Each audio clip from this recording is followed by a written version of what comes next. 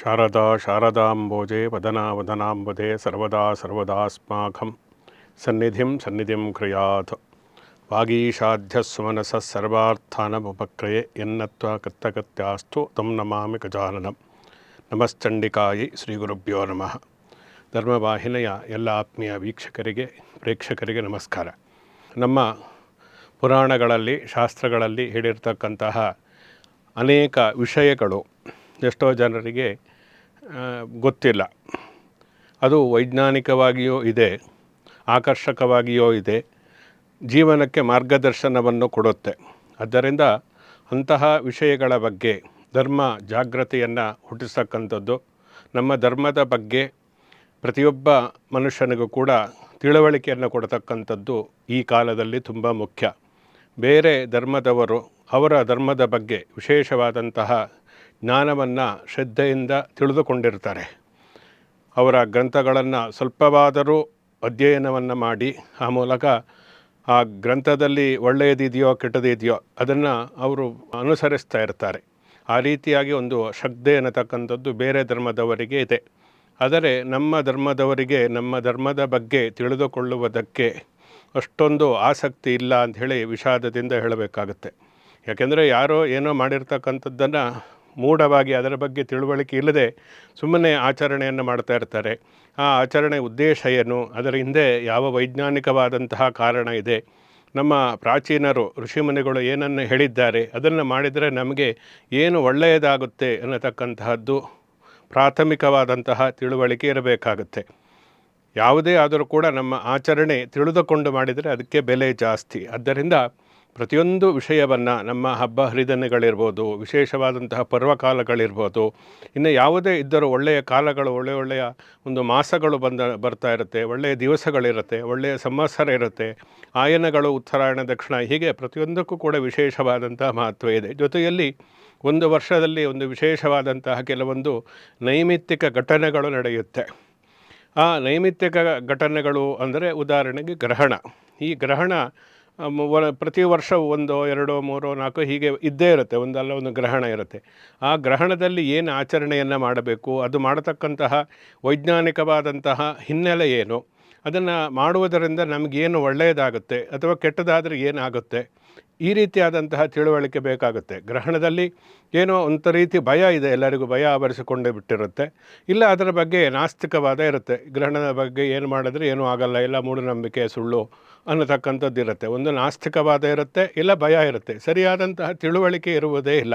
ಗ್ರಹಣ ಎಂದರೆ ಏನು, ಅದನ್ನು ಯಾವ ರೀತಿಯಾಗಿ ಜ್ಯೋತಿಷ್ಯ ವಿಜ್ಞಾನದಲ್ಲಿ ಹೇಳಿದ್ದಾರೆ, ಆದರೆ ಆ ಸಮಯದಲ್ಲಿ ಏನು ಮಾಡಬೇಕು, ಏನು ಮಾಡಬಾರ್ದು, ಇದರ ಬಗ್ಗೆ ನಮಗೆ ತುಂಬ ಪ್ರಮುಖವಾಗಿ ತಿಳುವಳಿಕೆ ಬೇಕೇ ಬೇಕಾಗುತ್ತೆ. ಇಲ್ಲದೇ ಇದ್ದರೆ ಅದು ಏನು ಪ್ರಯೋಜನ ಆಗಲ್ಲ. ಈ ಗ್ರಹಣ ಸಮಯದಲ್ಲಿ ಏನು ಆಚರಣೆಗಳನ್ನು ಹೇಳ್ತಾರೆ, ಆ ಆಚರಣೆಗಳನ್ನು ಏನು ಹೇಳ್ತಾರೆ ಅದನ್ನು ಮಾಡ್ತಾರೆ. ಅದರ ಒಂದು ಮೂಲ ಉದ್ದೇಶ ಏನು, ಅದು ಯಾಕೆ ಆ ರೀತಿಯಾಗಿ ಆಚರಣೆಗಳನ್ನು ನಾವು ಸಮಯದಲ್ಲಿ ಮಾಡಬೇಕು, ಇವುದನ್ನು ನಾವು ಪ್ರಮುಖವಾಗಿ ತಿಳಿದುಕೊಳ್ಳಬೇಕು. ಇವತ್ತಿನ ಪ್ರಮುಖವಾದಂತಹ ವಿಷಯ ಗ್ರಹಣದ ಬಗ್ಗೆ ಹೇಳ್ತಕ್ಕಂಥದ್ದು. ಅಂದರೆ ಈಗ ನಾಡಿದ್ದು ಮಾರ್ಚ್ 3ನೇ ತಾರೀಕು ಪಾಲ್ಗೊಣ ಹುಣ್ಣಿಮೆ ದಿವಸ ಚಂದ್ರಗ್ರಹಣ ಇದೆ. ಈ ಚಂದ್ರಗ್ರಹಣ ಪ್ರತಿ ವರ್ಷವೂ ಬರುತ್ತೆ, ಈ ವರ್ಷವೂ ಕೂಡ ಬಂದಿದೆ. ಅದೇ ರೀತಿಯಾಗಿ ಪ್ರತಿ ವರ್ಷ 1-2 ಬರುತ್ತೆ. ಈ ವರ್ಷದ ಕೊನೆಯಲ್ಲಿ ಅಂದರೆ ನಮ್ಮ ಸಂವತ್ಸರ ಹಿಂದೂ ವರ್ಷದ ಕೊನೆಯ ಮಾಸದಲ್ಲಿ ಈ ಗ್ರಹಣ ಕೇತುಗ್ರಸ್ತ ಚಂದ್ರಗ್ರಹಣ ಬಂದಿರತಕ್ಕಂಥದ್ದು. ಅಂದರೆ ಯಾವ ರಾಶಿಗೆ ಒಳ್ಳೆಯದಾಗುತ್ತೆ, ಯಾವ ರಾಶಿಗೆ ಕೆಟ್ಟದಾಗುತ್ತೆ ಅನ್ನೋದು ಇಲ್ಲಿ ವಿಷಯ ಅಲ್ಲ. ಈ ಗ್ರಹಣದಲ್ಲಿ ನಾವು ಏನು ಮಾಡಬೇಕು, ಗ್ರಹಣ ಅಂದರೆ ಏನು, ಅದರಿಂದ ಯಾವ ರೀತಿಯಾದಂಥ ಪರಿಣಾಮಗಳು ಉಂಟಾಗುತ್ತೆ, ಇವೆಲ್ಲವನ್ನು ನಾವು ತಿಳಿದುಕೊಳ್ಳಬೇಕು. ಮೊದಲನೇದಾಗಿ ಗ್ರಹಣಕ್ಕೆ ಒಂದು ವೈಜ್ಞಾನಿಕ ಅಂದರೆ ಜ್ಯೋತಿಷ್ಯ ವಿಜ್ಞಾನದಲ್ಲಿ ಏನು ಹೇಳಿದ್ದಾರೆ, ಆ ಆಕಾಶಕಾಯಗಳ ಬಗ್ಗೆ ಇರತಕ್ಕಂತಹ ಅಧ್ಯಯನ ಏನನ್ನು ಹೇಳುತ್ತೆ, ಆ ಗ್ರಹಗಳು ಸೂರ್ಯ ಚಂದ್ರರಿಗೆ ಯಾವುದೇ ಸಮಯದಲ್ಲಿ ಸೂರ್ಯಗ್ರಹಣ ಉಂಟಾದಾಗ, ಚಂದ್ರಗ್ರಹಣ ಉಂಟಾದಾಗ ಯಾವ ರೀತಿ ಅದು ಪ್ರಕೃತಿಯ ಮೇಲೆ ಪರಿಣಾಮವನ್ನು ಬೀರುತ್ತೆ, ಪ್ರಕೃತಿಯ ಅವಿಭಾಜ್ಯ ಅಂಗವಾಗಿರತಕ್ಕಂತಹ ಮನುಷ್ಯನ ಮೇಲೆ ಗ್ರಹಣದ ಪರಿಣಾಮ ಏನು ಅನ್ನತಕ್ಕಂಥ ಪ್ರಮುಖವಾಗಿ ತಿಳಿದುಕೊಳ್ಳಬೇಕಾಗುತ್ತೆ. ವೈಜ್ಞಾನಿಕವಾದಂಥ ಒಂದು ವಿಜ್ಞಾನ ಏನು ಹೇಳುತ್ತೆ, ಗ್ರಹಣ ಅನ್ನತಕ್ಕಂಥದ್ದು ಒಂದು ಸಹಜವಾದಂತಹ ಪ್ರಕ್ರಿಯೆ, ಆಕಾಶದಲ್ಲಿ ನಡೀತಕ್ಕಂಥದ್ದು, ನಭೋಮಂಡಲದಲ್ಲಿ. ಇದಕ್ಕೆ ಯಾರು ಯಾವುದೇ ರೀತಿಯಲ್ಲಿ ಪರಿಣಾಮ ಉಂಟಾಗುವುದಿಲ್ಲ. ಗ್ರಹಣವನ್ನು ನೋಡ್ಬೋದು, ಗ್ರಹಣ ಸಮಯದಲ್ಲಿ ತಿನ್ನಬಹುದು, ಗ್ರಹಣ ಸಮಯದಲ್ಲಿ ಇನ್ನೇನು ಬೇಕಾದರೂ ಮಾಡ್ಬೋದು ಅನ್ನತಕ್ಕಂಥದ್ದು ಹೇಳುತ್ತೆ ಆಧುನಿಕ ವಿಜ್ಞಾನ. ಆದರೆ ನಮ್ಮ ಜ್ಯೋತಿಷ್ಯ ವಿಜ್ಞಾನ, ನಮ್ಮ ಶಾಸ್ತ್ರಗಳು ಏನು ಹೇಳುತ್ತೆ ಅದು ಕೂಡ ವೈಜ್ಞಾನಿಕವಾದಂಥ ಹಿನ್ನೆಲೆಯೇ ಇದೆ. ಯಾರು ಕೂಡ ಈ ಪ್ರಕೃತಿಯ ಮೇಲೆ ಗ್ರಹಣದ ಪರಿಣಾಮ ಏನು ಅನ್ನತಕ್ಕಂಥದ್ದನ್ನು ಅಧ್ಯಯನ ಮಾಡೋದಕ್ಕೆ ಹೋಗಿಲ್ಲ. ಪ್ರಕೃತಿಯ ಅವಿಭಾಜ್ಯ ಅಂಗವಾಗಿರತಕ್ಕಂತಹ ಮನುಷ್ಯನ ಮೇಲೆ ಆ ಗ್ರಹಣ ಅಂದರೆ ಸೂರ್ಯ, ಚಂದ್ರ, ಭೂಮಿ ಒಂದೇ ನೆರಳಿನಲ್ಲಿ ಬಂದಾಗ, ಚಂದ್ರನ ಒಂದು ಭೂಮಿಯ ನೆರಳು ಚಂದ್ರನ ಮೇಲೆ ಬಿದ್ದಾಗ ಗ್ರಹಣ ಉಂಟಾಗುತ್ತೆ. ಅದು ರಾಹುಗ್ರಸ್ತವೋ ಕೇತುಗ್ರಸ್ತವೋ ಈ ರೀತಿಯಾದಂತಹ ಗ್ರಹಣದ ಒಂದು ವಿಚಾರ.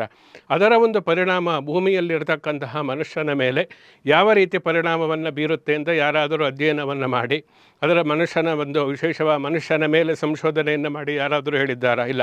ಆ ಸಮಯದಲ್ಲಿ ಏನಾಗುತ್ತೆ, ಒಂದು ಕಾಸ್ಮಿಕ್ ಎನರ್ಜಿ ಅಂತೇಳಿ ಹೇಳ್ತಾರೆ, ಅದು ಮನುಷ್ಯನಲ್ಲಿ ಒಂದು ವೈರುಧ್ಯ ಅಂದರೆ ಹಲವು ರೀತಿಯ ಬದಲಾವಣೆಗಳಿಗೆ ಕಾರಣ ಆಗುತ್ತೆ. ಗ್ರಹಣ ಸಮಯದಲ್ಲಿ ಪ್ರಕೃತಿಯಲ್ಲಿರ್ತ ಪಕ್ಷಿ ಪ್ರಾಣಿಗಳು ಎಲ್ಲವೂ ಕೂಡ ಮಂದಗತಿಯಲ್ಲಿ ಆ ಬುದ್ಧಿ ಅನ್ನತಕ್ಕಂಥದ್ದು ಪ್ರವಹಿಸುತ್ತೆ ಅನ್ನತಕ್ಕಂಥದ್ದನ್ನು ಹೇಳುತ್ತೆ. ಅದೇ ಮನುಷ್ಯನೂ ಕೂಡ ಆ ಸಮಯದಲ್ಲಿ ಅವನಿಗೆ ಬುದ್ಧಿ ಅಷ್ಟೊಂದು ಮಂದಗತಿಯಲ್ಲಿ ಇರುವುದರಿಂದ ಆ ಸಮಯದಲ್ಲಿ ಅವನು ಕಾಸ್ಮಿಕ್ ಪವರ್ ಏನಿದೆ ಅದರ ಒಂದು ಪ್ರಭಾವದಿಂದಾಗಿ ಅವನು ಅಷ್ಟೊಂದು ಚಟುವಟಿಕೆಯಿಂದ ಇರುವುದಕ್ಕೆ ಆಗುವುದಿಲ್ಲ. ಆ ಸಮಯದಲ್ಲಿ ನಾವು ಓವರ್ ಆಗಿ ರಿಯಾಕ್ಟ್ ಏನಾದರೂ ಮಾಡಿದಾಗ ಅದರಿಂದ ತೊಂದರೆ ಉಂಟಾಗಬಹುದು ಅನ್ನತಕ್ಕಂಥದ್ದು ಇದರ ಒಂದು ಹಿನ್ನೆಲೆ. ಆದ್ದರಿಂದ ಆ ಗ್ರಹಣ ಸಂಭವಿಸ್ತಕ್ಕಂತಹ ಸಮಯದಲ್ಲಿ ಯಾವ ರೀತಿಯಾದಂತಹ ರೀತಿ ರಿವಾಜುಗಳು ಇರಬೇಕು, ಆಚಾರ ವಿಚಾರಗಳನ್ನು ಹೇಗೆ ನಾವು ಅನುಸರಿಸಬೇಕು, ಗ್ರಹಣದ ಸಮಯದಲ್ಲಿ ಯಾವ ನಿಯಮವನ್ನು ಪಾಲಿಸಿದರೆ ಅದು ನಮಗೆ ಪೂರಕವಾಗಿರುತ್ತೆ ಅಂಥೇಳಿ.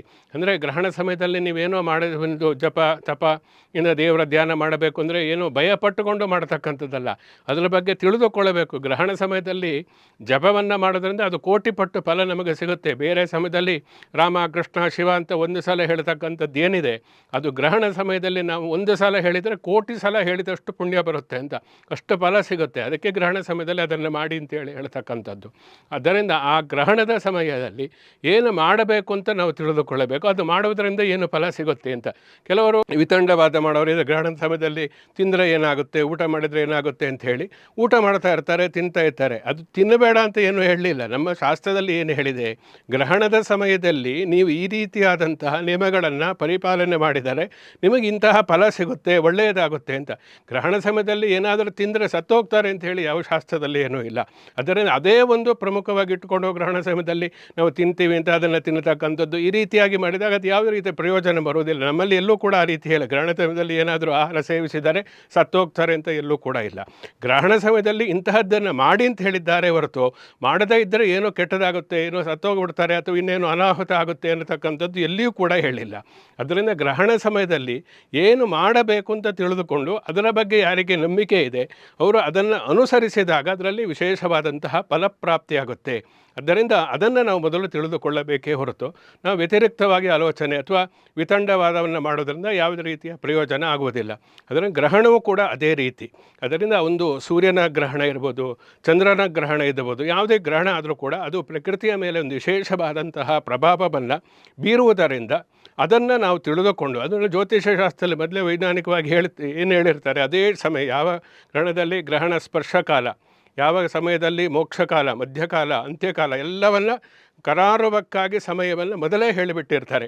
ಇದೇ ನಮ್ಮ ಜ್ಯೋತಿಷ ವಿಜ್ಞಾನ ಅನ್ನತಕ್ಕಂಥದ್ದು ಎಷ್ಟು ಸತ್ಯ ಅನ್ನತಕ್ಕಂಥ ಇದು ಒಂದು ಉದಾಹರಣೆ ಸಾಕು.